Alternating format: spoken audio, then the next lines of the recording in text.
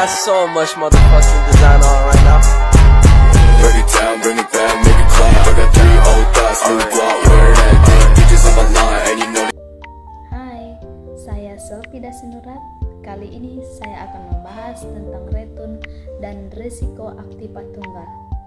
Buat kalian yang penasaran dengan definisi retun dan risiko aktiva tunggal, yuk ikutin video saya nih. Ini merupakan suatu keuntungan yang didapatkan oleh investor terkait investasi yang dilakukannya. Retun ini dinyatakan dalam bentuk nominal sebagai perubahan nilai uang sebuah investasi dari waktu ke waktu. Komponennya ada 2. Yang pertama itu ada yield dan capital gain. Kemudian yang pertama itu yield. Yield ini mengacu pada besaran pendapatan dan yang didapatkan dan direlasikan pada suatu produk investasi selama periode tertentu, yang mana besarannya itu dinyatakan dalam bentuk persentase berdasarkan jumlah yang diinvestasikan.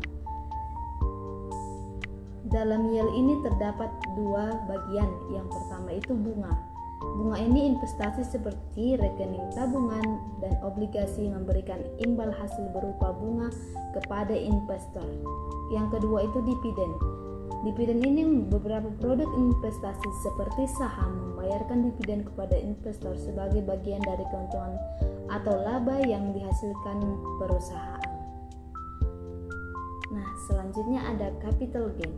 Capital gain atau keuntungan modal adalah retun yang diperoleh investor ketika menjual produk investasi yang dimilikinya dengan harga yang lebih tinggi dari modal awal. Nah, sebaliknya jika harga jual produk investasi lebih rendah dari modal yang dikeluarkan, maka investor akan mengalami capital loss atau kerugian modal. Kemudian ada beberapa faktor yang mempengaruhi besaran retun. Yang pertama itu suku bunga, yang kedua inflasi, yang ketiga nilai tukar, yang keempat risiko likuiditas, yang kelima risiko pasar. Selanjutnya kita akan membahas tentang risiko aset tunggal. Risiko aset tunggal itu adalah kemungkinan terjadinya perbedaan antara retun aktual yang diterima dengan retun yang diharapkan dari suatu aset tunggal.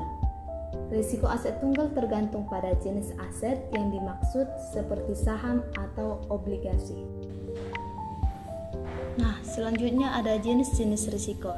Jenis risiko ini terbagi menjadi 4 bagian. Yang pertama, risiko bisnis. Risiko bisnis terkait dengan kinerja perusahaan seperti risiko operasional, risiko reputasi, dan risiko hukum. Kemudian ada risiko keuangan. Risiko keuangan, risiko yang terkait dengan kondisi keuangan perusahaan seperti risiko likuiditas, risiko kredit, dan risiko pasar. Selanjutnya ada risiko likuiditas. Risiko likuiditas ini terkait dengan kemampuan untuk menjual aset dengan cepat tanpa mengalami kerugian besar.